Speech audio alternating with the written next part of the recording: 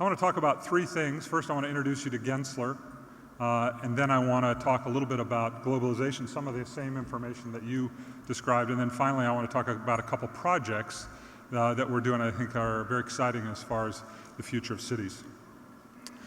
Gensler is one of the largest global design firms in the world.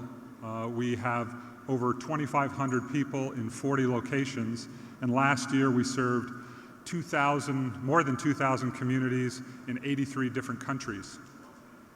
We're a multidisciplinary design firm that does everything from master planning and urban planning at the largest scale to architecture, interiors, product design, graphic design, and branding at the lower end of the scale, or the smaller end of the scale. We also serve many markets from airports to retail and hospitality, education, sports, commercial office buildings, and science and technology. Here's a little smattering of some of the projects we've been working on in the Middle East over the last few years, although we've been working here for over 30 years. These are some projects in Kuwait, Abu Dhabi, Dubai, and Saudi Arabia that represent our current portfolio.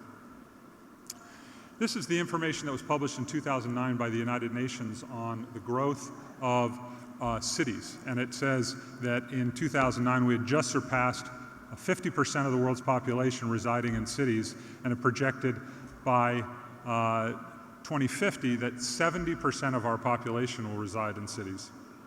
That's a growth rate of 6 million people per month, every month for the next 40 years. 6 million people is a city the size of Chicago or Tehran. Riyadh is a size of is 6.7 million, so over the next 40 years we're going to have to build the equivalent of 417 Riyadhs to accommodate the growth in the city's population. That's a tremendous challenge just to accommodate that growth, but it's also an opportunity because people in cities actually use fewer resources per person because of the density of the population. And they also are more productive per capita and more innovative because of the density provides more interaction, more communication, more sharing of ideas that lead to that productivity and creativity. So here's a couple projects that we think are exciting opportunities for us to address the challenges and opportunities of cities going forward. First, the work we're doing with the Global Seawater Institute that address some of the regional issues of food, water, and energy. And secondly, the Shanghai Tower project in Pudong that addresses some of the issues of densification, transit-served development, and sustainable design.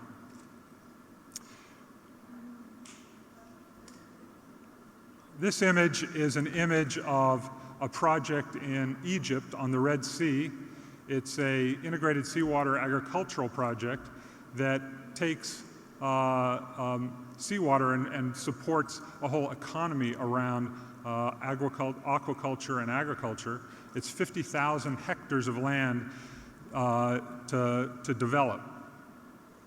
These seawater communities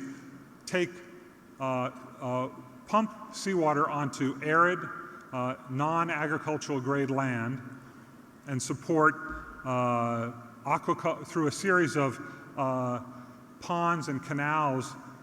Gravity pulls the water through aquaculture, then agriculture, and ultimately into saltwater marshes. 97.5% of the world's water is seawater. This is a tremendous untapped resource for the production of food and energy. This image here is an image of a project in the UAE. It stretches 300 miles of coastline from Sharjah to Abu Dhabi and encompasses 500,000 hectares of land. These seawater communities produce energy, renewable biofuels through Salicornia seed crop, as well as food through the aquaculture of fish, shellfish, and shrimp. They can, at very large scales, even have an impact on global seawater rising, provide tremendous stores of carbon and produce an opportunity to displace the use of water in agriculture so that it can be used for other uses, and support a diverse economy by supporting skilled, semi-skilled, and unskilled labor jobs for the local economy. The second project is the Shanghai Tower. This tower is under construction now and will be completed in 2014.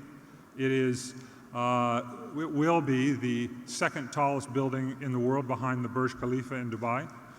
It'll be 121 stories and 5 million square feet and be able to accommodate 20,000 inhabitants. So it's a vertical city, in effect. The design of the building includes a double skin so that the thermal layer around the building will insulate it both in the summer and the winter and reduce energy consumption by 21%. It's also separated into a series of vertical neighborhoods, each with their own garden sky lobby that serves as a refuge floor, a community gathering space, and an amenity for each one of the neighborhoods. It houses hospitality, retail, office, and conferencing in these various neighborhoods. And it will be one of the most sustainable high-rise towers in the region. Through the use of innovative design, we were able to reduce the structure by a significant amount and reduce the materials used in the building by 32%. The structure is driven primarily by wind loads, typhoon wind loads in that region, and the shape of and the curve of the building actually had a dramatic impact on the weight of the building.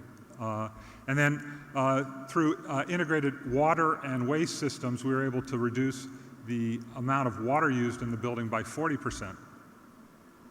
So we see tremendous challenges and opportunities ahead for cities, and we're excited about the opportunity to bring the power of design to the cities of the future. Thank you very much.